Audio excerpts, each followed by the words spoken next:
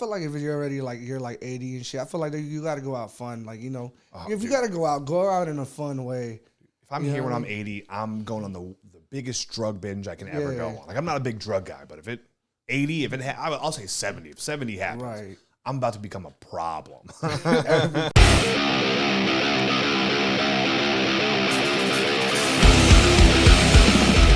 Hello, everybody. Welcome to another episode of Walk It Off. And we got a special guest today, man. Thank you for coming. Of course, we appreciate it, dog, for real. Hell yeah! Thanks for having me, guys. I'm excited to be here. I'm excited to be in Fresno, man. Hell yeah! Not excited for the heat though. Nah, that heat. Fucking me and Jesse, we just started doing this whole podcast thing. Just it all started with a race. Mm-hmm. I don't know if you've seen it, but we did a foot race. Yeah, who won? He won. Yeah, I was juiced up to the gills though. It was by default, man. What do you mean by default? It was like a no contest. I fell. That never. Who challenged too? I challenged him. And then you fell. But how is that by like default, bro? Like that's a work hazard. That's your fault, dude. Yeah, that was crazy. I'm agreeing with Jesse. That's like you fell down in the race. That's on you, man. That's my fault. I didn't train right. It was after a set of his. He did a show, and we were just all hanging out because I didn't know. Remember that we found out that Adriano and them know him. Oh yeah. Yeah. So the Roots guys from here in town, the Chatman guys. Yeah. Yeah, they were like, "Oh, Mr.foot lose." I was like, "You talking about Logan?" He's like, "Yeah." And we were outside. Joke. We were outside one of the labyrinths where we saw you last time. Next door, they do shows like 2 doors down at a spot called Sour Milk. When we were out there, me and Jesse was just fucking around. We're like, I was like, I could beat you. I was in a race. You know how to do. Yep. I was like, you know what I mean? But it's kind of even because like I'm out of shape and he's disabled, so it's a fair race. Yep. As fuck, you know. So we did it, and they told me I left before go because there was like 1, 2, 3 go, but they're like you jumped the line and you fell. It was all fucking bad, dude. He didn't just jump the line, bro. He was like way ahead of the line, and then he fucked up on his stride, so that's his fault too. Yeah. And then like he fell, and like that 7.2 in San Francisco happened. So, like, I tried to sprinter run. Yeah. So I tried to do the long strides, and then I fucked myself over. It was over. But I rode into my shoulder, so I knew what to do as I was coming down. You got the fall down. Hey, that's the most important part. Like, if you're going to do dumb shit, at least know how to get yourself out of it. Right, exactly. I think every time I go to a new town, I always end up racing another comic. It's the same thing where it's like, you won't beat me in a fucking race. Like, I'll crush you in a race. Like, I may have no feet, but I'm fast. Hell yeah. That's what me and Jesse were talking about it. He was like, dude, we should race Logan. I will put you both in the ground. I was like, but to make it fair, okay, I'm out of shape, right? Yeah. I'm a big dude. I'm a big comic. I was like, we have to go. You know Woodward Park here in town? Nah. It's like an upscale park, dude. It's bougie as fuck. It's nice. It has a pond, lakes, whatever. It's in the richest side of town. Yeah. They have something where like cross country people race there. High schools. Yeah. They have something called Heart Attack Hill. Mm-hmm. And Heart Attack Hill is just a steep hill, dude. Yeah. Steep as fuck. It's like maybe a quarter mile, half mile up. I was like, all 3 of us start at the bottom of Heart Attack Hill. We're all good. We all go up. We're all fair. It's fair. That would be fair. It would be fair. I'm still gonna smoke you guys. But I'm gonna pass out at the end of it. I'd crawl to victory. I think I would have the advantage on that one because I walk on my toes. So the strongest thing on my body are my calves.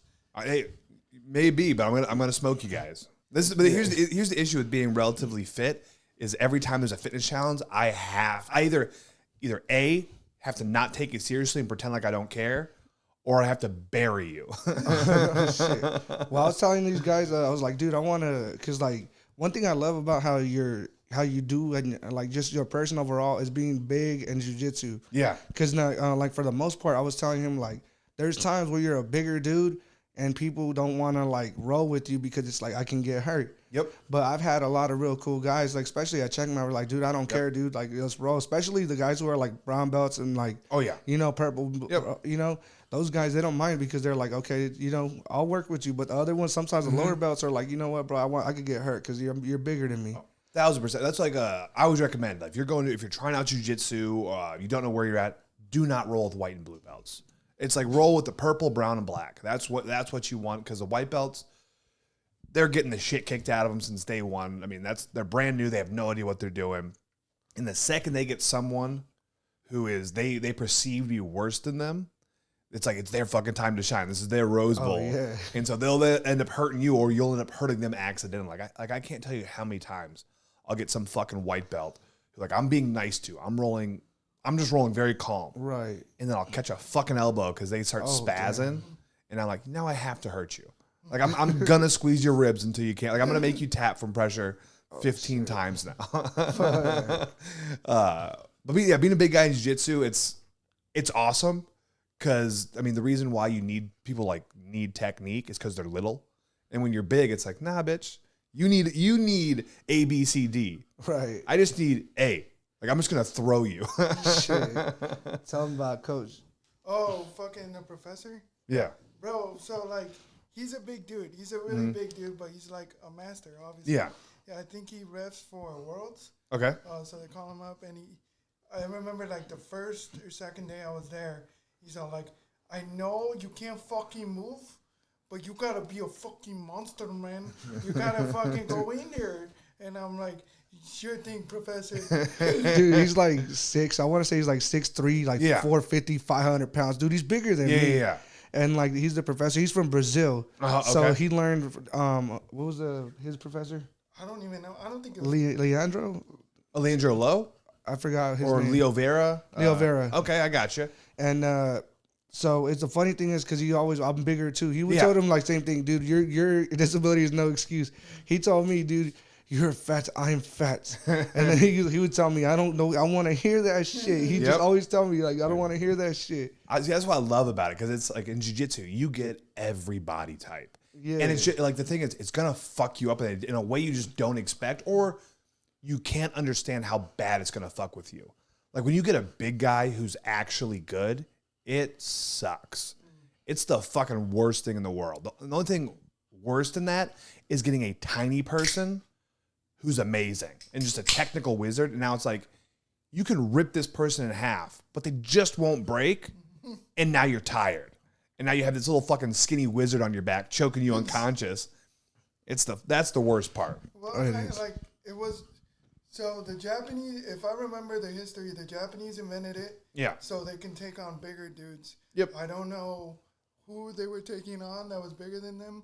The Mongols tried to invade them a few times. Yeah. Oh shit. Yeah. And then the Brazilians adopted it, and then they made it better, obviously. Yeah. So it was. I know the Japanese style was more like once again, like I do a lot of Japanese jiu-jitsu because it was more strength based. And this is my dumbass remembering I do the same thing. I remember half of an article. And so, like, from what I remember is, Japanese style was a lot more physicality based. Where, Helio was a lot of a small guy, so he had to learn the technique to beat these bigger guys. And so that's where you see Brazilian jiu-jitsu really start to shine. They both have their merits. The skinny guys like to say Brazilian jiu-jitsu. I'm like, nah, bitch. I want to do some throws. I want to add some judo in there. Yeah, that's what we were talking about. We Googled it and you said that judo, it was like branched off of judo. Yeah. Judo was original, and then there's a big argument whether catch can wrestling was another offshoot of that, or if catch can started on its own. I have no idea. I'm too dumb to realize that. But once again, catch can that's wild. If you ever watch or read on old school matches, like their training is insane. Like they would start people in front headlocks. And you don't tap. Like you don't tap to cranks. Like they would let their neck break. That sounds. And that's where I'm like, I'm good, bro. That's wild, man. Like that's why you see these old Irish ogres who are just like they turn like a fucking door frame. Because they've had people ripping on their necks. Like Michael Keaton's Batman Dude, and shit. pretty fucking 100%. But then with 40 pounds of extra fat and muscle just from drinking beer and fucking people up. Oh fuck. That's the ideal, man. Looking like Shrek. Oh yeah, the big ogres. Dude, 100%. I would love that shit. Eat whatever they want, just be huge, dude. The caloric intake is fucking amazing. Well, that's my whole fathlete thing. That's why, because you have so many people in the fitness industry who are like, you have to eat perfect every meal. You have to Whole30 workout every day. I'm like, yeah, that's fun. But most of us have lives and sure, you're gonna live to 80, 90, 100 doing that. I want to live to 60 and have fun. That sounds fun. I'm gonna eat my burgers. I'm gonna work out. Like I'm gonna be fit, but I'm also gonna do whatever the fuck I want. Like sure, I'm gonna be knocking off the end of the years of my life, but I'm gonna have way more fun than you're ever gonna have. I feel like if you're already like you're like 80 and shit, I feel like you got to go out fun. Like if you got to go out in a fun way. If I'm here when I'm 80, I'm going on the biggest drug binge I can ever go on. Like I'm not a big drug guy, but if it 80, I'll say 70. If 70 happens, right.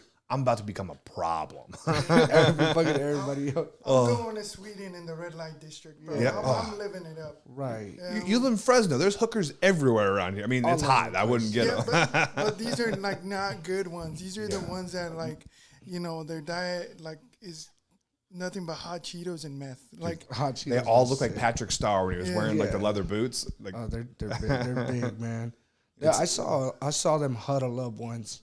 Yep. And that was like a whole team meeting at like 7 a.m. as I drove by. Yep. I had to deliver off of like kind of like Olive and 99 on the way here, where those are all the crazy sleazy hotels. Yeah.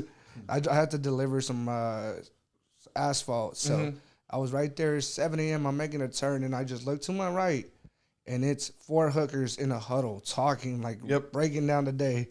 And then I'm like, yo, this business is the way they run it, man. They legit. They're gonna be somewhere one day. Did one of them have a tablet with a playbook on it? Like, that's calling plays. Like, you ever seen the video of the girl, the guy he drives around asking hookers like to wash his truck?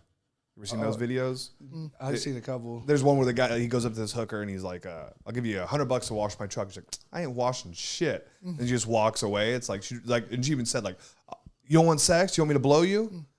And she's like, "Nah, I want you to clean my truck." He's like, "I ain't cleaning shit." And then she walks away. I'm like, I guess. Like, he's like, fuck. Like, but you have to wonder. Like, I guess it just becomes like, I can finish this dude off in 2.5 minutes, or I can spend the next hour and a half cleaning his fucking truck. Damn, I would hate that shit. Yeah, the hooker's life is not in it for me. At least not yet. At least we'll see. Gigolo life. See, I couldn't do it. Like, I talk too much shit, and I'm too honest. I would say some mean shit. Like, nah, bitch, your pussy stay. Like, like, dude, and getting rejected by a disabled hooker, like, that'd be bad. That would ruin your self-confidence for a while. I think the regular what if she has, like, self-conscious? She has the prosthetic arm. If you have, then she gives you a handy with the prosthetic. Nah, don't do that. If any chick ever offers, never do that. Those hands stick. Oh, yeah, shit. There's buddies who are hand amputees, and the thing all prosthetists will tell you before you get the hands, like, hey, you're going to think about it. Do not jerk off with these hands, because the issue is like when you orgasm, you have like muscle contractions, and that thing is reading muscle contractions. Oh wow! So if you flex incorrectly, it's got that gorilla grip on your penis, and now you're fucked. Oh shit! Hospital visit for sure. Oh dude, it's not an uncommon thing. Oh damn! And that's why I'm like, you fucking just get a fleshlight, put it on the end of your goddamn hand, like an attachment, right? Like you would think. Just go right there. Just pocket pussy attachment. 100%. Fucking throw a shake weight on there, make it vibrate. I don't know. Oh, that's a great idea. Dude, make a patent that shit. The shake weight flashlight. It would suck if they have it so patented that it has a special screw on it. Like you have to get a special screwdriver to put the pocket pussy on your hand. I remember reading a while back, there was this, some guy invented this up for NASA, also invented like this, before like virtual reality fleshlights were a thing, his was like the first. And it was this thing, it looks like this Starbucks cup, but like a little bit bigger, and you put it on your dick, and it has like conveyor belts on the inside of it, it has like lube and shit, and some girl controls it with like a dick-shaped remote. I was laughing my ass, I'm like, man, reality is getting weird. The fact that you could be the first one to invent a pocket pussy like that is insane.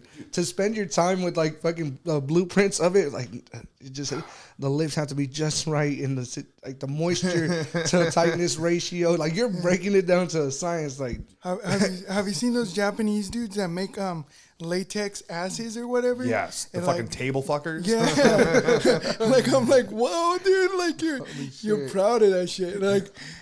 Proud. Like, okay. Do you either of you guys have fucking anime stickers on your car? No. Nah. But you see them around. Like, that's one thing that weirds me out is all the people with like naked anime chicks, right, with stickers all over their cars, and it's always like the most like degrading positions. Like, and here's the thing. Like, I get it. Whatever turns you on. My issue with it is, you know, it's dudes drawing it. So you're just like you're getting off at another dude's fantasy. And I'm like, that sounds gay, bro. Like, hey, you do whatever you want.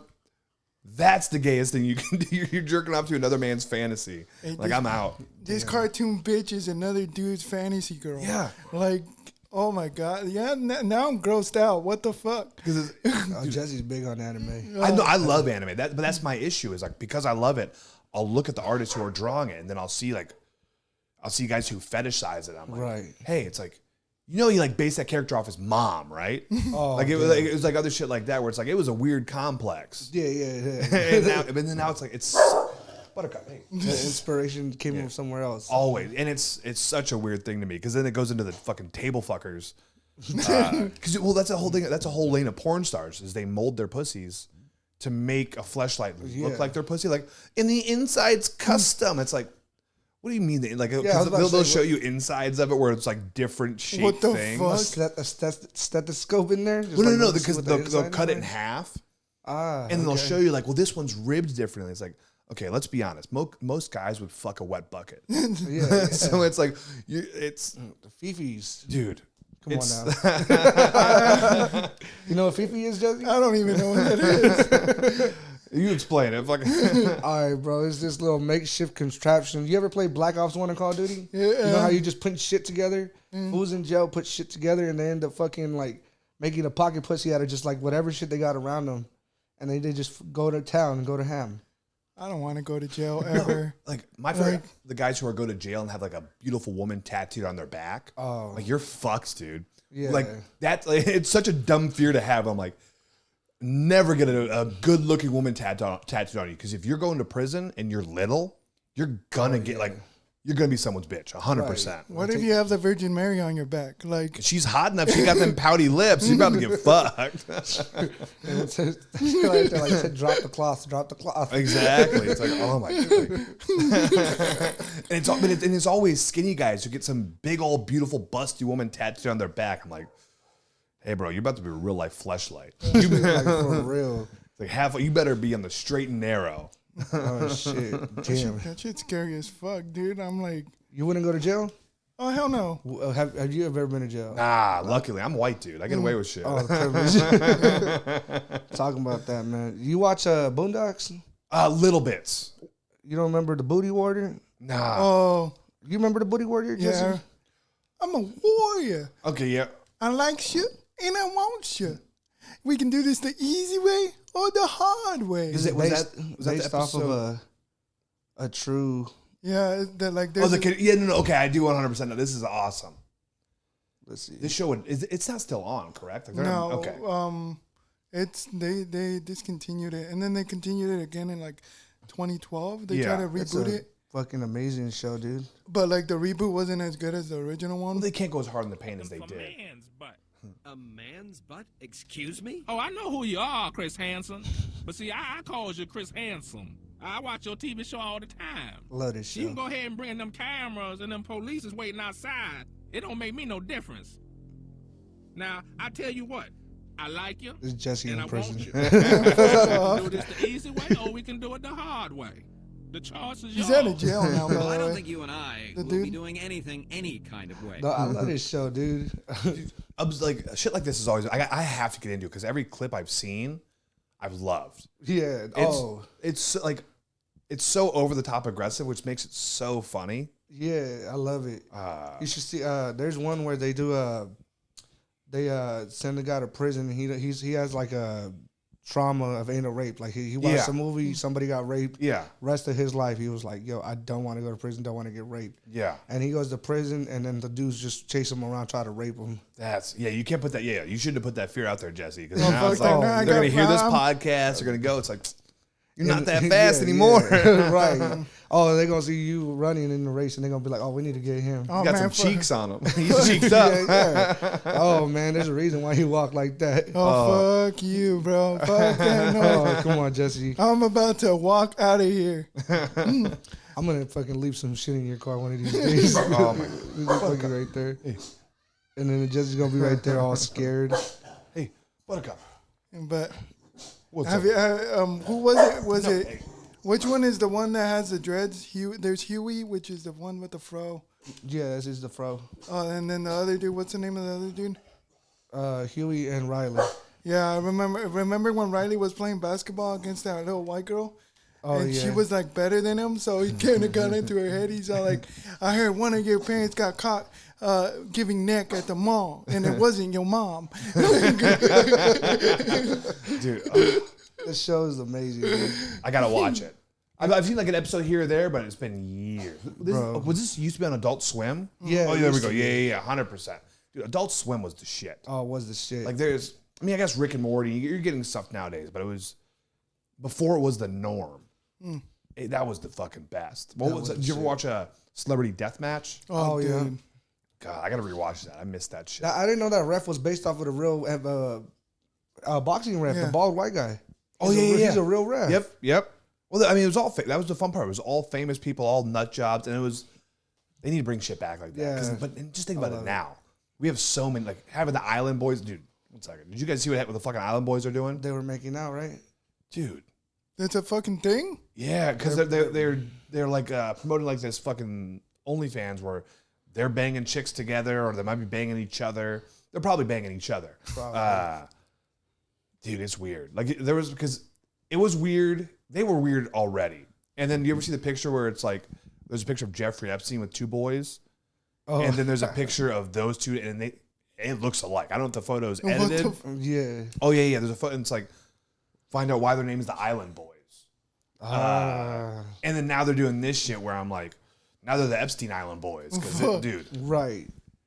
I don't know. It's like, hey, whatever floats your boat, but I'm going to judge you. Yeah, I'm going to judge you. Whatever you do, but you will be judged. Yeah, That shit is wild to me. I mean, they weren't good rappers, and they even told them, like, bro, what are you going to do after if this shit don't pan out? Yeah. Well, now we know. It's OnlyFans and making out with each other. It's like $12 a month, too. It's not. Damn. I'm like, yeah, sure, you're going to have a bunch of people like who are going to buy it. Yeah. But I'm like, that's your soul. But like OnlyFans is crazy because it's like porn with, what do you call those blockers with ad blocks? Oh, yeah. Because it's like you have to pay for everything. So why pay for everything? No. Hey, kids, don't pay for it. Nah. Just typed in whatever girl you're looking for, leaked. Yeah. Like, hey, dummies, it's the internet. Hell yeah. I get these people like, you're taking away from sex workers. I'm like, fuck them. I steal food from Whole Foods too. Like, I don't know. My morals are gray on this area. Like, I'm out. I'm not going to pay. Hell no. Like, I don't care. I already got problems enough. I don't want to deal with your shit either. Like, fucking just give me the point. Yep. Just give me the point. Just give me the point. Dude, I did this jiu-jitsu event in Vegas, and our sponsors put us up in a mansion. Oh, shit. Like a legitimate mansion, 12-bed, giant like fucking waterfall pool in the background. In the back, it was wild. So we're there, and a bunch of the girls who were with the sponsor, as a weed sponsor, were OnlyFans girls. And so they were like bringing strippers, models, all this shit over, and they were all taking pictures. But I'm like, I'm doing mushrooms at this house, walking around before the comp, and I noticed everything in this building was photogenic. Like every angle was photogenic, and there was all different themes. So I'm like, oh, it must be like an influencer house or something, being all fucking innocent. And then I start seeing where like old camera mounts had been. And then come to find out, it's a fuck house. Oh, it's a fucking porn mansion where girls go to regularly film shit. And I'm like, I'm sitting in the hot tub, like, and this is when it clicks on my head. I'm like, there's been so much coming this thing. But the fucking bubbles on my back, dude. It was great. It was amazing. But my favorite was then seeing like a month later, Gary Tonin, a grappler, shared this OnlyFans girl's hot as fuck. But it was a video of her in the waterfall at the place I was at. And it cracked me up to no end. I'm like, I know exactly where that's at. I know. Yeah. Like, I slept in that bed. I should have brought my own sheets. Yeah, fuck. Is there enough bleach in this pool? Dude, yeah. But then, like, it was also fun getting to see these OnlyFans girls who, like, you see them all done up. Yeah. Like, I got to see them at 6 a.m. with their fucking plastic extensions not in there, no fucking makeup. Look like aliens. Oh god, it's the fucking worst. That was my eye. Like you obviously know they look fake, but you don't realize like most of these chicks, everything's drawn on, every contour, everything. Damn. And I'm like, yeah, water ruins your guys' day. Like you guys are upset. You guys are happy for the drought. You're not gonna get rained on, your face fucking washed off. Yeah, we're ugly. We're just ugly at the end of the day. Exactly. That's the thing about men. If we're not, that's why you know what I mean. Like with women, it's a little different. Like They could do whatever. You know, there's like, I think, like, remember I told you about this? I was like, man, we're just like horny and desperate at times. And that's really it. Yep. And the women, like, you could put like a woman, like everybody chases her. But like for us, it's like harder for men to like get a woman because we're like, if we're ugly, we're just ugly. Oh, you have to have money or something. Right. You have to have a personality. Like girls don't need a personality. Like it's awesome. But most women you meet, and that's where like I don't have the time of day for people who don't have personality. Right. Like I fuck with jiu-jitsu people and comics. Like when I'm with normies, I feel terrible because I know how I come off, and I'll be a dickhead. Because I'm like, I don't care. You have no soul. There's nothing interesting. I'm sorry. You may be happy. I'm sorry, Jesse. Oh, what the fuck? Yeah, no soul. He's looked at Jesse. He just panned this way. I didn't do shit. I'm in the comedy scene, and I do a little jujitsu. Exactly. Look, he's gaining it. He's got those seeds. We're getting there. All right, we're on our way. Oh, but I see that shit, and it's like, I don't even know where I was going with that, but I see like these people who are just do these 9 to 5s, right? Just so they can have like barely any fun on the weekends. Like, I'm gonna make $80K this year. I'm gonna make $90K next year. But then they're depressed the whole time. Oh, dude, money it ain't even worth it, dude. No, it's like figure out what you want to do. Like, because everyone's like, I have all these bills. Like, why do you have so many bills? Do you need that $100 a month internet bill? Do you need to get Postmates every single meal? It's like, bitch, go get some eggs. The basics, dude. I don't know. You had a struggle sandwich in your life before? You ever had a struggle sandwich? You know what that is? What is that? Any type of sandwich that was like just makeshift as fuck. Oh, like, okay. Like we did like growing up when we didn't have no like much groceries. Yeah. We did like a struggle like, all right, sandwich where it was like the bread, put some butter and like toast it, and then fucking put some sugar on it. That's your sweet. Yep. I had the struggle hot dog, which is white bread and a hot dog. Yeah. And then The struggle. Bologna. Remember the thin slice Oscar Mayer bologna and then ketchup on the middle of it. You fucking roll that up. Yeah. It grosses me out now. But it was so good. Now you got to be a little bougie with it. You got to get the same bologna, but then fry it up. Right. Come on. Dude. But no, it's like, that shit builds character. It does. The struggle. Yeah, the struggle does. You need to. Whether it be being poor, being fucking ugly, whatever the fuck it is, you need something to develop a personality. Yeah. And like these people, some people never develop personality, aka most women. I'm not being misogynist, but it's true though, man. It's the truth. Most guys don't have personalities. Most women don't have personalities. I should just say most people. But guys need personality. Right. You got to be interesting. Do something, man. Yeah. Like, you know what I'm saying? Some people don't do anything. All they do is parrot fucking headlines. Yeah. Like, I'm good. Like every opinion you have, I can Google. Yeah. I want to hear some weird shit. Weird shit. I'm thinking about some crazy shit. It's like, I just got it recently. I shouldn't say black conspiracies, but that's what I'm gonna say because it was like all my black buds. It was all casual conversations, and like I'm into conspiracies. I love them, right? But they're never into the ones I'm into. And then finally, one of my buddies like, no. He's like, you know, Eminem's a clone. Oh, we know somebody like that. We know somebody that told us that Jay-Z and Beyonce were the same person. Yep. Yeah. Like it's all but it just cracks up where people's minds go with conspiracies because like there's a tall Eminem, there's a short Eminem. I grew up in my favorite conspiracy growing up was the Illuminati. Illuminati. The Illuminati was like the mainstream of the conspiracies. Everybody knows, like, hears about it. Yeah. Celebrities are the Illuminati, and I believe in that shit. I don't care. I don't care what anyone says. I believe in the Illuminati. The secret society type shit. 100%. I do too. I mean, I believe there's some type of secret society type shit. There's too much going on. Like, let's just use the last two presidents as an example. Everyone said Trump was the devil. He's going to end the world. Every Democrat said that. And then when Biden got elected, every Republican said Biden was going to end the world. It's like, can we stop saying that? Because you're both funded by the same people. Right. You're the exact same thing, and it's clear that nothing's changing. Like you all you do is say hot button issues to keep the fucking poor people fighting, while you guys just siphon off more money. Because like you see, they accidentally sent $6 billion to the Ukraine, $6 billion more than they meant to. An accounting error type shit. Yeah, it's just wild. It's always shit like that, where it's always like, oh, well, we fucked up. It's some government slush fund. It's like, because corporations are getting it. My new favorite conspiracy theory is one by Glass. The one that Freddie Mercury is John Stossel. That's hilarious. That's fucking funny, dude. Because he's all like, look. They were born at the same time. Mm-hmm. They were never in the same place. I'm like, what the like surprising that two strangers would not be in the same place together. I'd love to get into ones like weird ones. that are just fun. That's a lot of fun. Man, you ever see the one, you know about the Challenger spacecraft? You know that one? Yeah. The one that blew up like I think it was early 2000s. It blew up, and they knew there were going to be mistakes with that. But then there's this guy who went through, and there's like people that were supposedly dead on that spaceship. He's like found them in real life. He's like, this guy didn't even change his name. He's just pointing out like this lady changed her name but did this, and it's all a bunch of weird shit. You just reminded me. Have you heard of the Tupac and Cuba theory? That No, I Tupac haven't. never died. That Tupac actually moved to Cuba. Mm-hmm. That's it. I would do it too if I was him. But he faked his death and moved to Cuba. I'd be a smart man. Cuba's the shit. There's a Michael Jackson one too, where like Michael Jackson's still alive and he's like some weird like fashion designer. Oh, I think I saw that one. That one is so weird. Can you pull that one up? Let me see. Because they look, but it's also, they both look terrible like that. Yeah.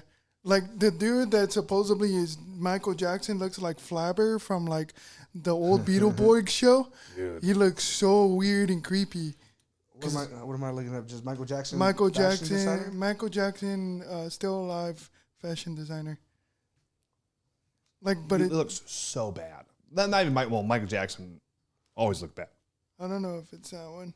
If not, just pull it up on Google Images and look at side by side.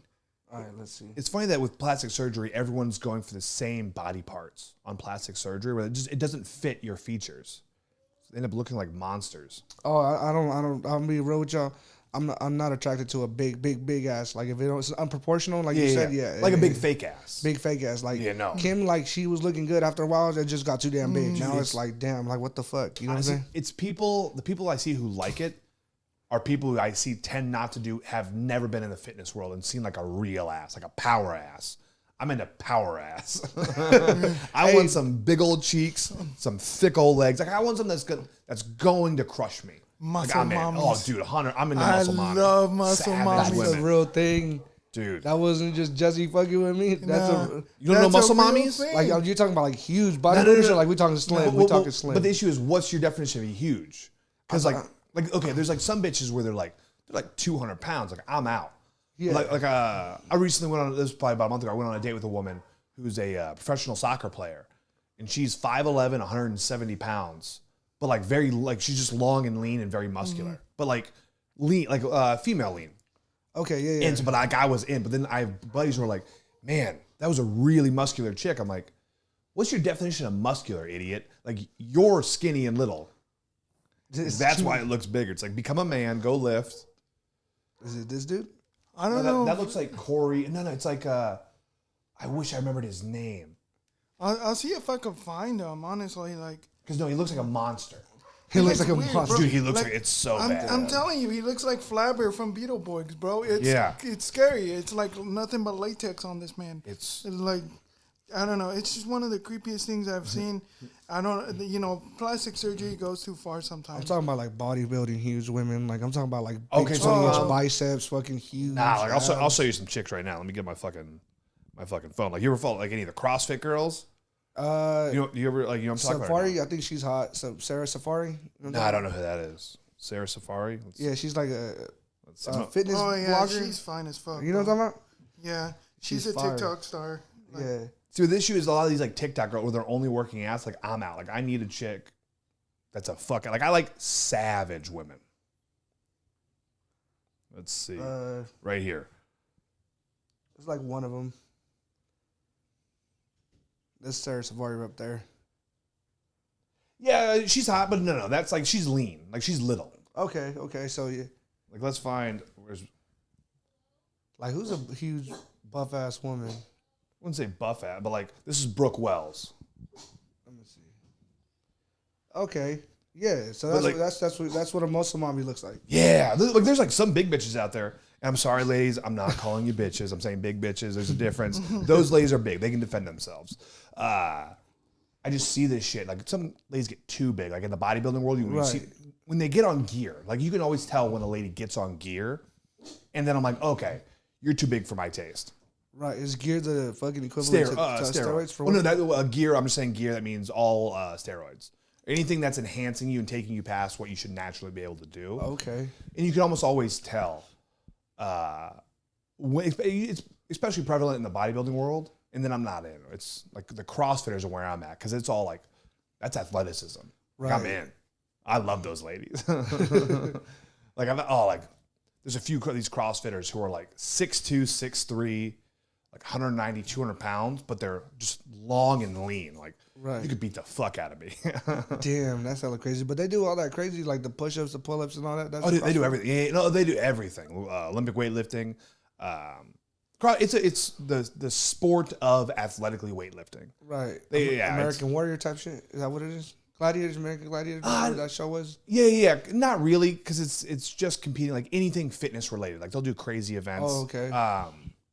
It's fun to watch. I did it for a long time. I love it. A lot of my roots is there. That's what got me into fitness. But for me now, it's like jiu-jitsu and CrossFit don't go together. Oh, damn. Especially if you go hard. Like you can't go hard I wouldn't say can't, but for me, I can't go hard in CrossFit and jiu-jitsu. Right. Because it just beats the fuck out of your body. Oh, so now it's all like, I still lift a lot of weights, but it's all supplementary for jiu-jitsu. Like the second weightlifting gets in the way of my jiu-jitsu, I cut back. Damn. Like all this and you fit all that around your comedy? Yeah. Damn. Yeah. So I'll do, like I normally, I'll train or I'll coach. I'm coaching more nowadays, which is nice. I'll train in the mornings and then I'll do comedy at night. Damn, that's crazy. Yeah. I'll do it. It's an addiction. How long have you been doing comedy then? It'll be 4 years in December. Not long at all. But I did public speaking for some for some organizations before this, so I was comfortable on the stage. I've always been a shit talker. I've always liked comedy. Right. And then one day I was like, I'm gonna just give it a shot. We saw the video of you get rushed by that chicken in the battle. Yeah. That was a roast battle gone wrong. Like that wasn't a skit. That wasn't a part of the show. That was real. She likes to tell people it was planned. It was not. It was this thing where this comic, she had lost badly to me a year previously, and at that point when it first happened, we were friends. She lost badly to me, took it poorly. We were no longer friends. I won. I had a bunch more battles, got better, and then got the SAC title. And then once I got the SAC title, she started messaging Josh, saying like, "Hey, I want to rematch with Logan." Neither one of us wanted to do this, but she's like, "No, I want this battle." I'm like, "I don't want to roast you." I'm like, "Unless you're gonna be cool, unless you're gonna like, hey, you're like, I roast you like you're a professional comic because you are a professional comic. Like I'm giving you that respect." And she did once again, just fell apart again. Didn't like the crowd's reaction to my jokes. That's the thing. Like for example, I started doing roast. I want to say about maybe a year ago. Yeah. And I had got something called about like a year ago too. I got something called Bell's palsy. Yeah. I had to drop out of a couple comedy shows because I couldn't move the right side of my face. Yeah. So it was, I was like, I can't speak. I'm slurring, dude. I can't go up and tell jokes with a slurred face. Yep. So I did a roast battle for. Once I recovered, I started doing roast battles because I wasn't doing stand up for a little bit. Backed out of stand up, doing more roast. And one guy, I only told that to the promoters. I never told that to the comics why I was out. Yet somehow, when I did a battle, the comic brought it up, and it was a good joke. But it was like at the same time, I was like, bro, like I had no idea that people would dig deep, like they would go after like shit like that. Yeah. And that taught me, okay, so now that means like. Yo, like, you feel me? Doesn't mean no matter what it is, dude, you got to be able to take it. So I was like, all right, I got to take it on the chin, dude. And, I felt like I won that battle. Yeah. I was like, that's the thing with roast is you have to be able to take a joke. And with comedy, it's like we're already putting ourselves out there. And with roast battle, it's to a whole nother level because now you're putting out there and someone's laser you have a mentally ill comic laser focus on things that might annoy you. On people who tend to be good at reading people. And now you have that person focus on your insecurities. Right. Where a lot of comics, they'll disagree, and it's like they have a bunch of different philosophies in roast. Like, oh, you can be funny without being mean. But it's like, hey, but that's whatever your style is. The point is to be mean and funny. Right. That's because that's how we did growing up, man. The insecurities, like, I think that's where it comes from. Like, I don't, like how words can hurt. Yep. That's really what it is. You're really trying to bully another comedian. Yep. Like, so I got to bully you. Like, that's why when me and him, like we did roast and like I roasted him. I was like, "You're the only grown man that I know that stands like a bad bitch." Yeah, that's a good one. And, Hell yeah. Shit like that. And like they would tell me all the time like how I'm fat. There was a good comedian from Justin Foster from LA. Yeah. He told me that because I'm a truck driver. He was like, "Your parents are proud of you because you smuggled them into the country, like shit like that. But see, it's funny. Great. And me and him went back. I did some jokes. He was like, make fun of my mom. She has cancer. I was like, I'm all for it. Like, Yeah. And, you need to. And it's funny, dude, because like I've had like shows. Like I remember I told you I had a show where I opened for the comedian I battled. Yeah. And there was a guy with cancer in the audience. And he went in because he asked the guy was like, I have cancer. He randomly said it, just blurted it out. I have cancer. He's laughing. He's like, what? He's like, you repeat it? Yeah. He was like, I have cancer. He's like, what kind of cancer do you have? Well, I have 2 cancers. Yeah. He's like, well, what is it? He goes, well, I have lung cancer. And he goes, I got colon cancer. He's like, okay, so one is like genetic and the other you gave yourself. So, See, I love that shit like dude. that, dude. I love it. Like, I love Daniel Tosh's comedy. Yep. For that reason. Fantastic. Well, my whole thing is like, especially so with my comedy, I like trying to make dark material funny. Right. That's my whole. I've always liked that, and because it's like I think you should be able to laugh at everything. You should. Like, because it brings light to it. You bring light to a subject. There's a difference between being mean, like being actually mean, and trying to be funny. And then once again, the line gets blurred sometimes, and sometimes you misstep. And the issue with my style is because I like dark humor, I'll misstep. And like if I truly think I fucked up, I'll apologize. Right. But I won't apologize if I don't think I fucked up. And that's a big thing with this, where I'm like, if you're gonna do dark jokes, you got to know there's gonna be some pushback eventually. Yeah. Because that's where you got to find where the line is, and that's it sucks, but it's like that's what I like to do. Like I'm new to roasting, and I kind of figured that they're gonna go straight into the disability 100%, jokes. yeah. And me and him talked about it, but disability jokes and fat jokes are the low hanging fruit of comedy. Yeah. So we both have to be more creative and more punishing on our roast, so we can like just literally fuck with their head, just literally like blow them out of the water. 1,000%. Because like, a big thing with me, at least, I'm a big fan of very simple roasts. Like, and once again, this is one of the critiques I get a lot is the fact that I am a simple roaster, but like that's the style I like. I like in boxing or Muay Thai, just fighting in general. I like a clean, simple 1-2. But yours is well, battling like how me and him battle. Yeah. When we see it, we break it down like film. It's like we're watching like strategically. Like the one where you said you battled over there where they jumped on you. Dude, it was so fucking clever. I was like you haven't spoke since the last battle. Yep. You haven't spoke with your parents. You haven't spoke with your parents since you transitioned. Why is it?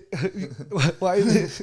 Dude, I can't say what I like. Why is it? It was Heather. You haven't spoken to me since our last roast. You haven't spoken to your parents since your transition. Heather, how come every time you have a problem with something, you just cut it off? That's clever And as fuck, dude. I thought so. I loved it. I got compliments on that joke, but the issue is people are like, it was just a trans joke. I'm like, yeah, because like my thing is, and once again, you'll hear this. I'm just gonna let people know early. You're gonna hear critiques about every sense of humor in comedy, Right. and so the thing is, own it, because like I like very simple, very stupid stuff, but I like making it beautiful. Like I want people to understand. It's like when you like, do you guys know about American traditional tattooing? How it looks very simple, Yeah. but it's so hard to do well because it's so simple. Like the lines have to be perfect, the coloring has to be bold. I love that shit. It's like when this thing where it looks like everyone can do it. It looks like you can make a simple fat joke, but when there's layers to it, that's my fucking favorite thing in the world. Right. It's so that's the thing about the way you roast, bro, is clever and I love it. It's simple, but it's hard to do a joke like that. Yep. Because it's like you got to trim all the fat out of it. You got to fucking make sure it hit. Yep. And then you got, like you said, because the most simplest jokes are the ones, because like, remember when you were saying that, you have to dumb it down for an audience sometimes? Yeah. And there's shit like that. But roasting is fun that way because you got to get hella creative. Yep. Like hella creative. And it's like you said, what the point is, who are you and what can I poke fun at you? Yep. That's what I think the favorite joke I wrote for Heather was my son one, though. That's the one that I laughed hysterically writing. It was, Heather's a lot like the sun.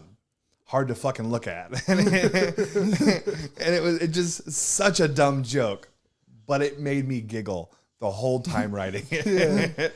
Like, oh man. I had one of my favorite ones that somebody told me. For example, they said that I look like, how do I look like the Dodger Stadium and every fan there? Like See, that's a good joke. It's it was funny because like me and him were both like bald, like we both have like thin hair. He's bald. I have thin hair. I took my hat off for the battle, and I left it in the green room to go up, so we could both. Because I kind of had a feeling he'd come at my hair. Yeah. And I was doing bald jokes about him, like I was, because he said his dad was like a drug dealer growing up. So my joke was that, Justin's dad. He said growing up, his dad was a drug dealer, but that's not true. His dad went door to door selling Rogaine, but had to stop because they thought he was testing product on a hairless cat. And like I was pointing at him, and then he was telling me shit like that about how he's like, I look like I stormed the Capitol. You look like you stormed Krispy Kreme, and just shit like that, dude. Just back and forth the whole time. See, that's why I like taking something that it sounds like you've heard it before and then twisting it to your own thing. That's always fun. But roasting it's an art. I mean, it gets weird when you start calling comedy an art. Like it is, but it's like you feel like a dickhead. Right. Like my favorite for me was like I went up against somebody named Kissinger Lee. Yeah. And he literally got me with like something that you see every day, but you just don't think about, which was you walk like a newborn horse. I busted up laughing. That shit was so fucking clever. Because it's the shit that the audience can instantly relate to. Like almost everyone's seen one of those fucking videos, and they know the walk. So if you do anything similar to it, that's perfect. Yeah. It's a well-written joke. And that's what that's like with roasting Rick today. It's so hard because it's like, what is he going to be looking for, and then how can I subvert it? Like I roasted one of my good buds, Buddy. We were down in at the Comedy Store, and he was like, because I like going hard in the paint, and he's a bisexual dude. He was expecting me to use a bunch of homophobic slurs, and I wanted to. Because I knew he'd be looking for it, but I'm like, how can I do it in a way that he's not going to expect? And the one that won me the roast was I led with, Buddy came out expecting me to call him a fag tonight. I would have never done that. I'm not his father. Oh shit! It's just one of those ones where it stunned him. And it was because he just wasn't expecting it. He was expecting me to be a little more blunt with it, and it worked so well. And that's why I love thinking of where you think the line is, and then crossing it. Because a lot it's backfired. Like I roasted Robert Emoto, Right. And I couldn't rattle him, and that's where I fucked up. It was a great battle, but he ends up beating me because he had more consistent, more varied jokes. So when it comes to like roasting, what is it like being like disabled and having people like want to roast your disability? Like I've seen like huge great video like jokes from Joey Rao, you know what I'm talking about? Yep. Like he's funny, dude, creative, he can fucking get down, but like, you know what I mean? Like what's that like could be? So like taking the jokes? Yeah, taking the jokes. Oh, I mean, they're not. We're comics, so we're already thinking bad thoughts about ourselves regularly, but we're trying to make them into a positive thing. And so it's one of those things where it's like, there's nothing you're gonna say I haven't thought about myself before, and it's funny. Like once again, like I am 6'2", 240 pounds. I lift. I do jujitsu. It's like I can beat the fuck out of you at any moment, and that in the back of my mind, it's like, okay, I can take a joke, Right? Because I know at the end of the day, if something was to happen, I could beat the shit out of you. I hate it's like that's how my monkey brain works. I'm like, I need to take my lumps in comedy to keep my fucking head small. And that's if I'm not taking my lumps, I'm like, my head gets big, I get an ego, I become worse because you have that fucking ego. So I need people to ding it regularly and from angles I don't see coming. It's like I love it. Like a good disabled joke, like Drew Schaefer had one of my favorites, and it was let's see if I remember correctly. Make sure you guys clap for Logan. He's 2 missed jokes away from hanging himself. It was just a good, like if you ever played Hangman.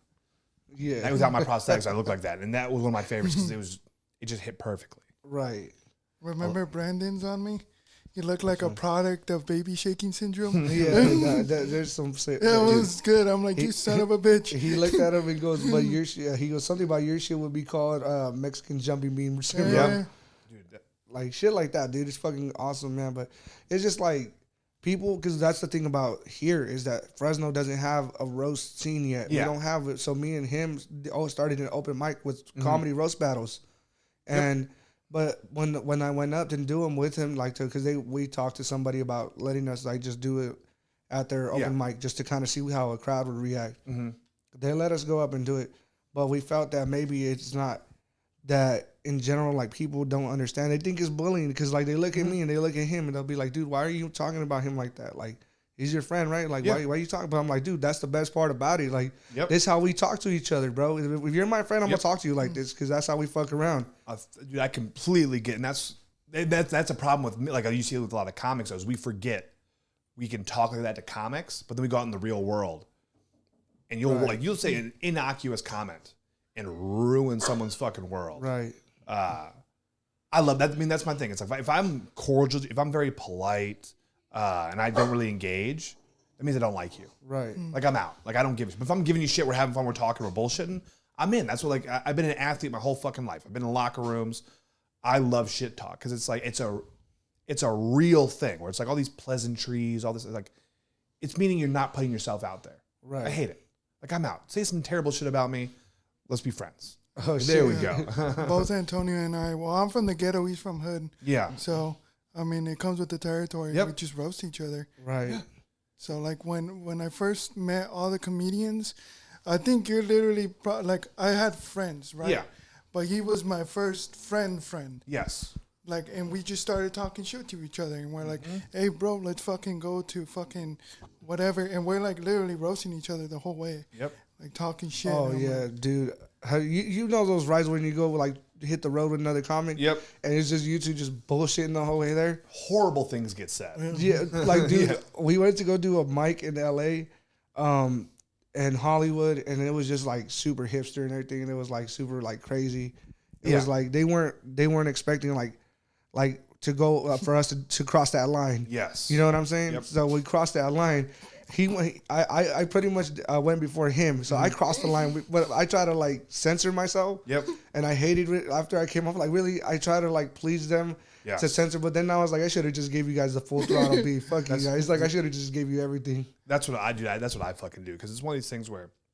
Also, an issue with my comedy is I do a lot of self-deprecating shit because I think my situation is funny because I made the best of it. Like once again, dude, I get paid to fucking travel and tell jokes, Right? And then do jujitsu. My life is the shit. I love my life. I have a great family. I do great things. I have great friends. So to be able to shit on it and like pick out the dumb things, I love doing. I like the silly things about me. But you'll feel some people pull back at me joking so much about my disability, and you'll hear like, well, "Why don't you joke about things other than outside of disability?" I'm like, because that's my experience. You listen to every other comic; a lot of them are joking about their experiences in this world. Right. And it doesn't seem like such a big thing because you can relate to so many things. I'm trying to relate my disability to you. I'm trying to relate the things that I go through in a humorous way.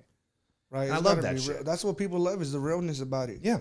Because you know what I mean? Because I can't just seeing the world through your eyes and your thoughts. I can't be there in your head. So when I hear you say that, it's funny. You know what I mean? Yeah. Same thing with him. I go, you got to fucking say who you are, what you do. Mm-hmm. Shit, they got to know you, man. Because the best part about it is when people really like get to understand you and they understand your like humor, they fuck with it. That's what a big issue with my comedy though is the second I feel a room pull back and then I use the lines I normally use, though, like, hey, no, this is a good thing. We're laughing at this. You guys can join in. And then I still see them be very hesitant. I double down. And I'm like, I'm about to tell you guys some horrible jokes. I'll go straight from like, now I'm not going to warm you up. Like now I'm going to fucking tell you some terrible shit. And it's so funny because then like, it's not a good thing. Because sometimes it works, but most of the time it fucking just, I ruin the crowd. Because I was like, they're good jokes, but I get too aggressive with telling them. And I got to back off. It's like, oh, Logan, you don't need to do a fucking attack every goddamn scenario. Yeah. It's like, be nice and find better ways to work it in. It's so much fun when the audience loves it too. Oh, it's so much fun. Like, we were in Slow last night, and they were eating like it was not my best set, but I still had a decent set, and it was good. Like seeing people truly into it, right, is what make. And then a lot of times it's people who have either know someone in a similar situation or been through it themselves. Like when I get other disabled people out at the show, it's the shit because like they can relate on such a level. Because a lot of my shit's it's me specific, but the scenario doesn't change. Right. Not the scenario, but like the formula doesn't really change. Like my favorite thing is like realizing, because you always hear like I'm from the Midwest, I'm from Wisconsin, and so I remember in like the 6th grade asking to touch a black dude's hair, and that was because like for me it was like one of these things where like I'm like it's different. Like once again like I didn't know, and now I know it's an ignorant question. But the funny thing to me is now being in prosthetics, I get asked it comes from the same place, and my favorite thing is like when I go do black clubs. it's the only clubs people touch my legs without me asking. And it cracks me up to no end. Because now I'm on the opposite side of the coin. I'm like, oh, it's like when people's like, oh, asking to do that's racist, blah, blah, blah. I'm like, no, it's all from a place of ignorance. You just simply don't know. You're curious and you don't know how to relay it. And so me getting to see it on both sides is giving me like this wide perspective of like, we're all morons just trying to get through this shit. Right. And now we put labels in boxes to make life simple. Life's not simple. I love that shit, dude. Yeah, that's fucking... So, like, sitting down, bro? Like, you just be right here sitting down, Sitting somebody down, just be it'll, like... It'll be like I'm standing, like, because there's that gap between my shoe and then where my leg actually is. People will, like, touch that or they'll wave their hands in between. Like, I gotta do this. And it but, like, I don't care. Yeah. I know a lot of other amputees might get upset. But, like, for me, it's funny to me because now I understand where it's coming from. I understand they're not being disrespectful. I can tell if someone's being disrespectful. And that if they're being disrespectful, that's easy for me because, like, oh, I can ruin your fucking day. And it's like people don't really like the truth, so like when they have it buried. Yeah. But when you bring awareness to it, that's what really matters. Oh yeah. Because how I see it is, I'm living in other people's normal world. Yes. They're not living in mine. Mine's completely different. They're not gonna relate to it unless I explain how it is. Yeah. And that's it. I'm living in your world, in your ableist world, which is the word apparently. But that's the world that I'm living in. Yeah. That's the world that you're living in. And we have to figure things out in a different way. Yep. And if you want to bury that and be kind of like in your own little hoity-toity world, fine. Yep. Well, it's like the thing, I'm going to mess up the saying, but it's like, people go through life thinking other people are out there being malicious. It's like they're not even thinking of you. That's the issue. It's like they're in, like we said, they're in their own world. You can't perceive what someone else is perceiving. So that's why I'm a big fan of communication.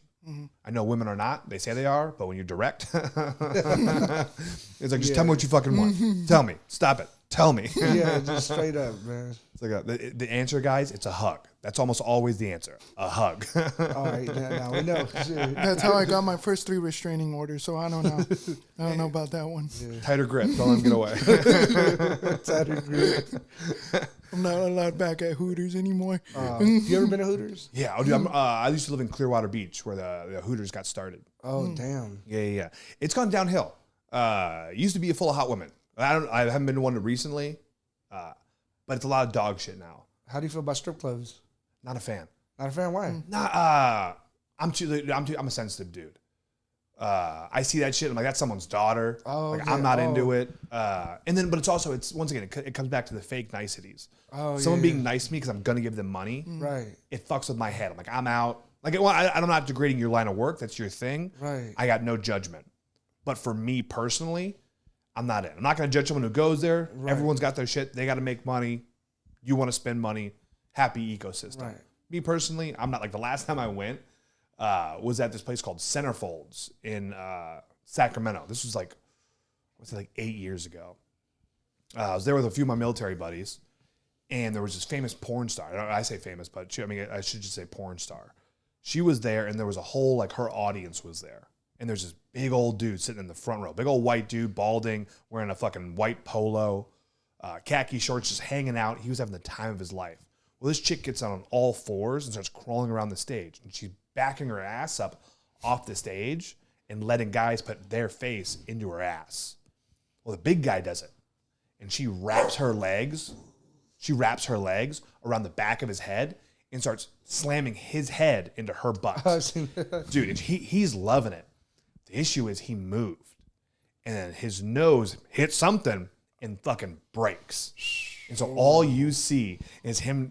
He starts trying to push off, but she can't see. So she's thinking like he's like more. He's not. He's screaming, trying to get out, and all you see is blood. Fucking wham! It's fucking spraying. His shirt starts getting covered. Damn. And he's screaming, and she's looking forward. Time of her life. Dude, and I'm in the back, like, oh, it's me. We're all firefighters or in the military, so we're screaming, crying, laughing, like, no. And once again, she thinks everyone's cheering her on. So she's going harder. He's screaming. Finally, he gets out. She turns around and sees his face. He looks like a prize fighter. There's blood everywhere. I mean, his whole shirt's fucking covered. He sprints out of there. Never once saw him again. He ran out of the club. She ran off stage. Blood everywhere. Night ended. Oh. Yeah, that was my last time at a strip club. I'm like, damn, I'm out. That's a wild night. I think the last time I was in a strip club, I was playing pool, and some dude and some girl kept buying me drinks. I was there with my homie, so like nothing really happened. But I remember I was playing pool, and I shot, I missed, and I fell back, and I was out.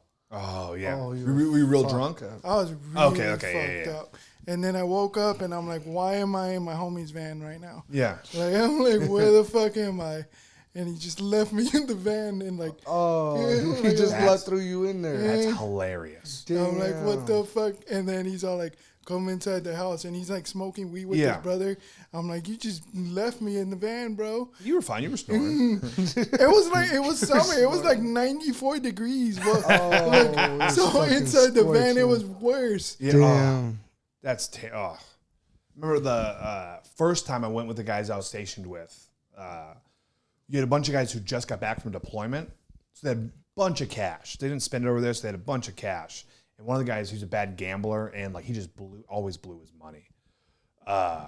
Went to that same club, and I remember he was just handing out thousands, throwing it on the stage, drunk as fuck.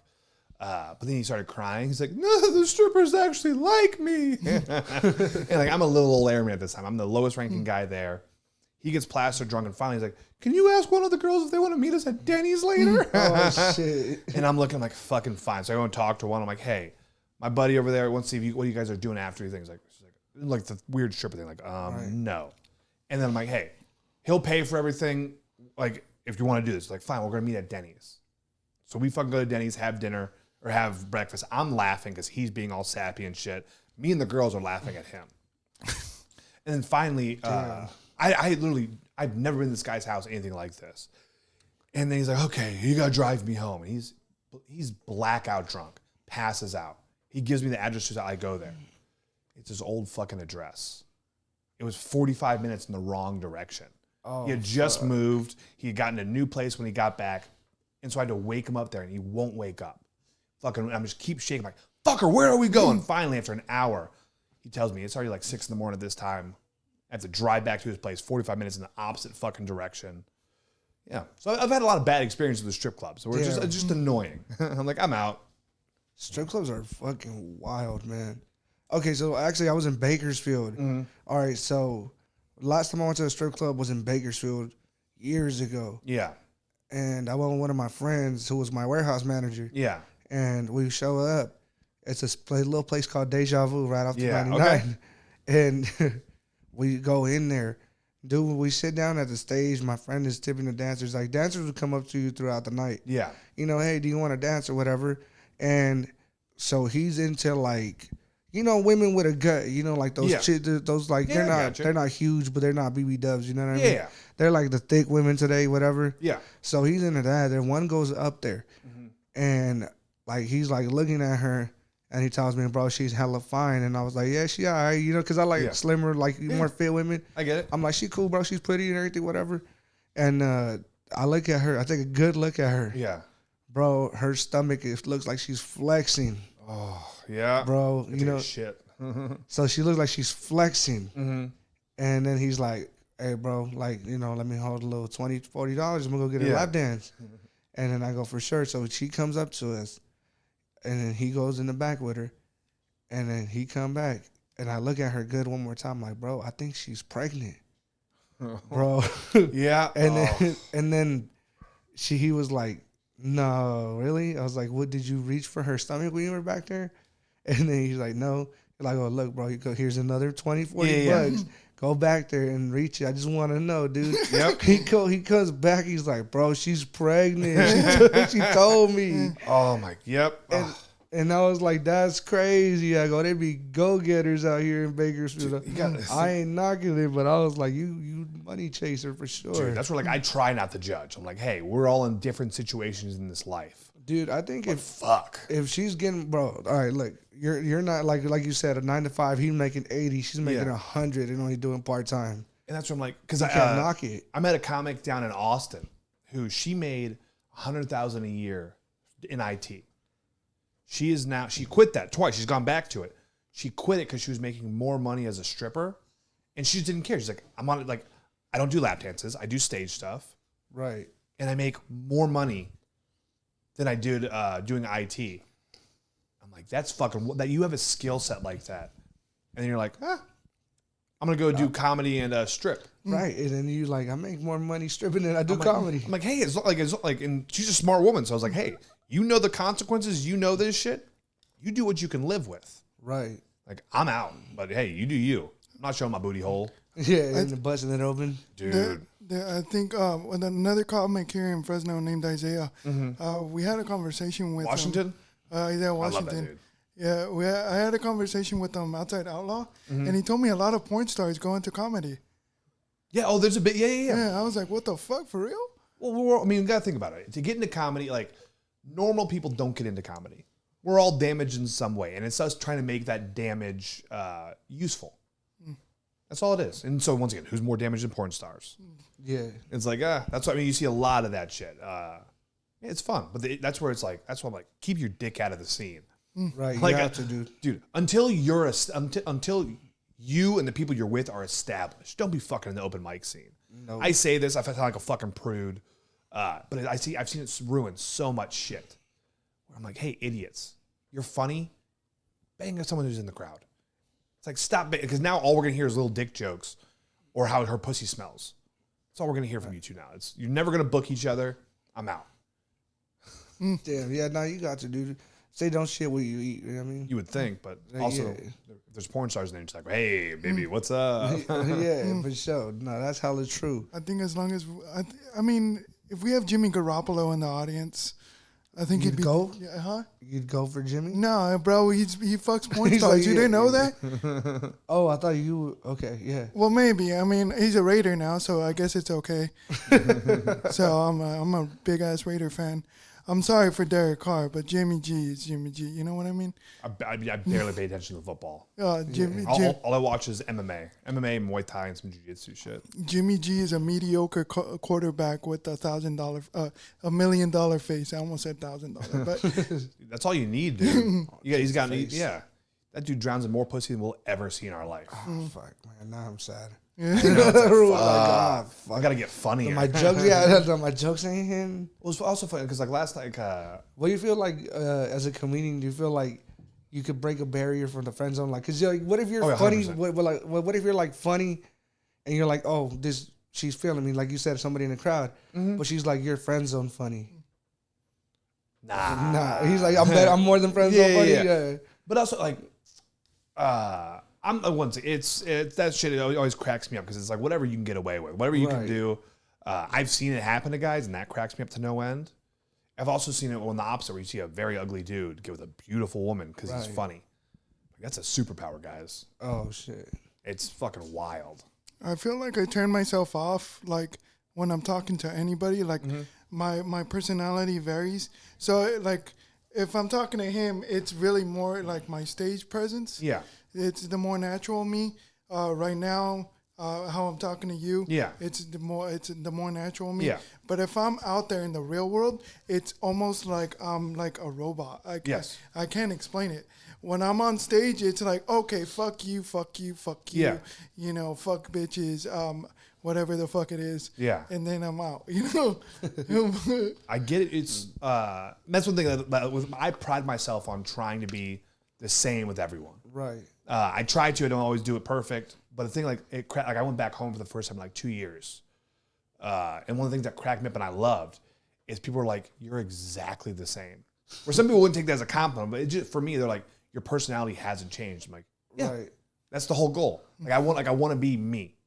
I don't want to change. Like obviously you want to refine things. You want to become a better version of you. You don't want to lose who you are. I'm a fucking maniac. I like being a maniac. I like doing things. I like, as long as your bills are in order, do your shit. Yeah. When your bills get out of order, that's when you're kind of fucked. No, I feel you on that. So what? How does Tony Hinge clips show work because I know, dude. That's one thing that we see, like you, like following you online, how you travel and you're like, I'm doing this for real, bro. Like a lot of people, I always admire Isaiah for that, Isaiah Washington, because it's like you're all in, dude. You have to. And then this is not a pussyfooting around industry. Like you have to take the bull by the horns here. Yeah, if you want to make a run of it, people don't realize like getting into comedy, people are like, oh, I'll be able to do it in my area. I'll be able to stay local. It's like, nah, you want to work, you gotta fucking travel. You gotta make sacrifices. Like for me now, I'm looking at tickets all over. If I can find, like I found one to Austin for $75. And so I'm like, well, I know I can get booked in Austin. So I'm gonna buy a ticket and I'll plan out like I know if I get the dates, I can send it to a bunch of people. They're like, hey, can I get booked on whatever shows you're running? And I know I can get booked. You have to do the work. You're gonna eat dicks up front. It's gonna suck. But if you really want to be a comic, find a way to make it work. Like for me right now, it's like I'm cleaning I eat like an asshole in terms of like I'll go eat out. Like I'll blow money on shit I shouldn't be doing that on. And I don't have like I'm not a fucking rich person, so it's moronic. But now I'm in the point where like I finally figured out. It's like, okay, let's cut back on all the dumb shit. Fall it all in the comedy. Let's make your camera better. Let's make your mic better. Right. Let's invest on shit for writing. Let's see what flights are. If you're eating, maybe it's not the healthiest. If you're just eating ramen every day just so you can subsist, so you can spend more money on comedy, more money to travel and get your thing out there, do that shit. You have to. It's like because if you guys started a comedy here, correct? Right. I'm only 2 years in. He's a couple months less than 6. And that's the thing where it's like you're gonna tap out this scene very quickly, especially once you get your stride. Once you start getting booked, because you can only get booked on a show once, maybe every 6 months. Right. I mean, maybe it's normally once a year you can get booked on the same show. Right. If they're running it well, because you don't want the same audience, that kind of shit. So I mean, how many shows is that here? You don't have that many producers. So you're gonna be traveling down to fucking Bakersfield or up to Sacramento, up to the Bay, down to LA. You have to travel. You have to get in the different scenes so you can spread out and then be booked constantly.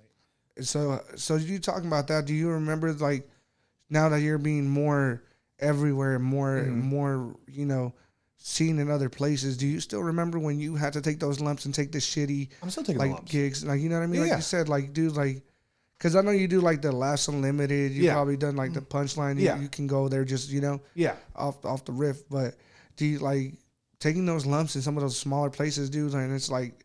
Does that keep you humble? Like, even though like you're getting there, like you're. Yeah.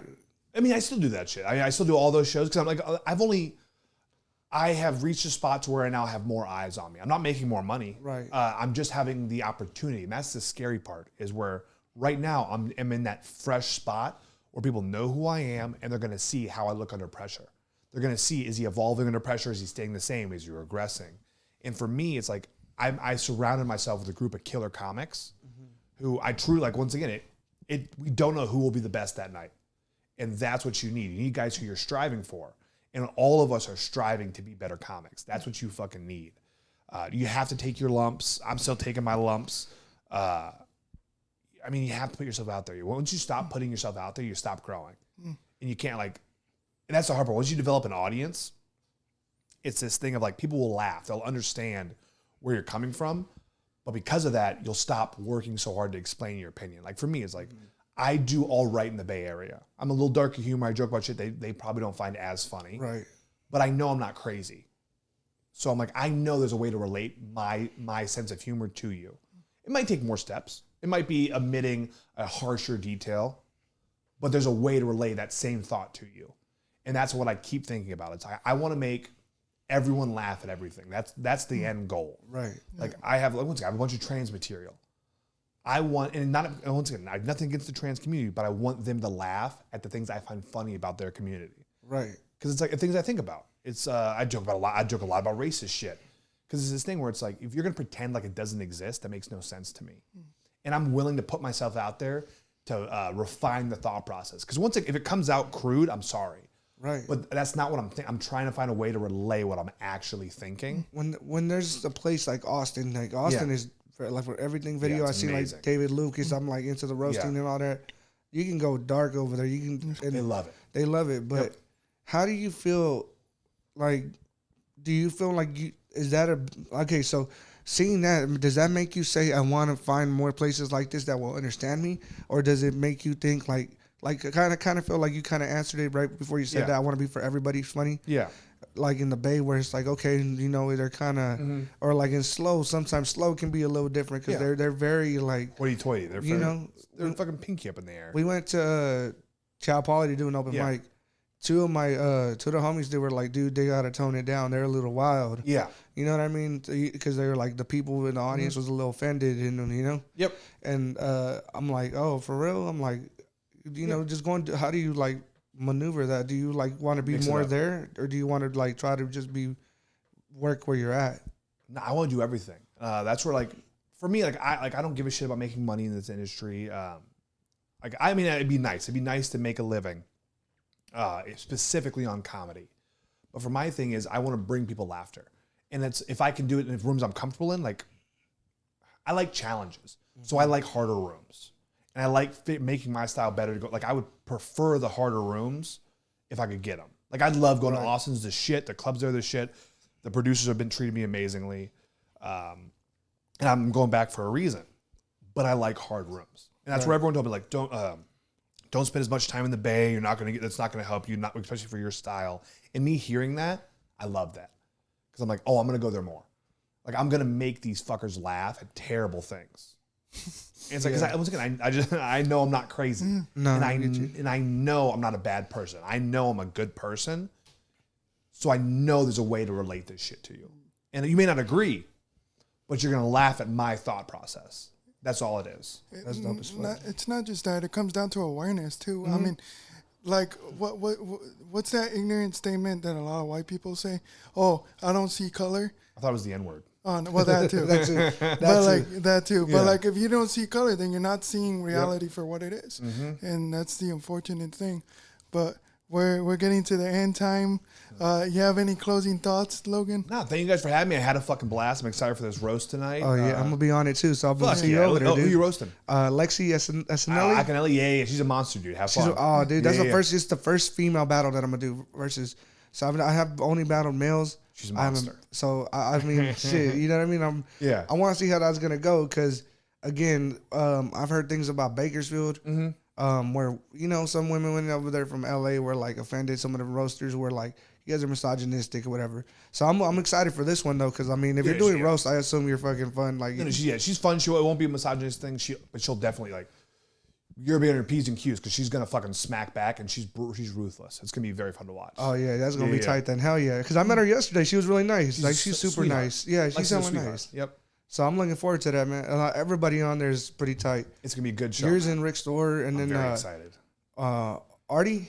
I know Artie's on Colin Casados, Jake Risley. I don't know any of the Fresno comics besides Rick. Nathaniel, the guy that Artie was battling. Yeah. That guy is like he's I want to say he's just been to the store a couple times, but I want to say he's like 3-0 at the store. Fuck yeah! So that battle's just I want to watch that shit too, bro. It's gonna be fucking sick fucking battle. All the comics from SAC are great. I love, or I should say, the Bay Area. I'm just very excited. It's gonna be a fun time. Hell yeah, dude! Thank you for coming, dude. Because we really, really wanted to talk to you and kick it, bro. Hell yeah, I'm down anytime. I love this kind of shit. And like, fuck yeah, dude. Hopefully, you'll get to see one of my jokes where I talk about another disabled comic. But like. Yeah, it's nice to see like another disabled comic out there. It's like we're killing it, dude. Yeah, we're coming up. Yeah. Turns out we're pretty good at jokes. Yeah, it did some shit. But yeah, man, I'm so glad that you came down. I'm glad you took time out of your day, and I'm glad I got to meet your dog. Your dog is awesome. Just chilling right now. I love Buttercup. Buttercup's the shit. Oh yeah, man. You want to close this out, Jesse boy? Yeah, man. I just want to say thank you again to Logan. Yeah, thank you, man. Thanks for having me. This is the best. And we're gonna go do our thing in a little bit. And I just want to say, everybody have a great one. Peace. Peace.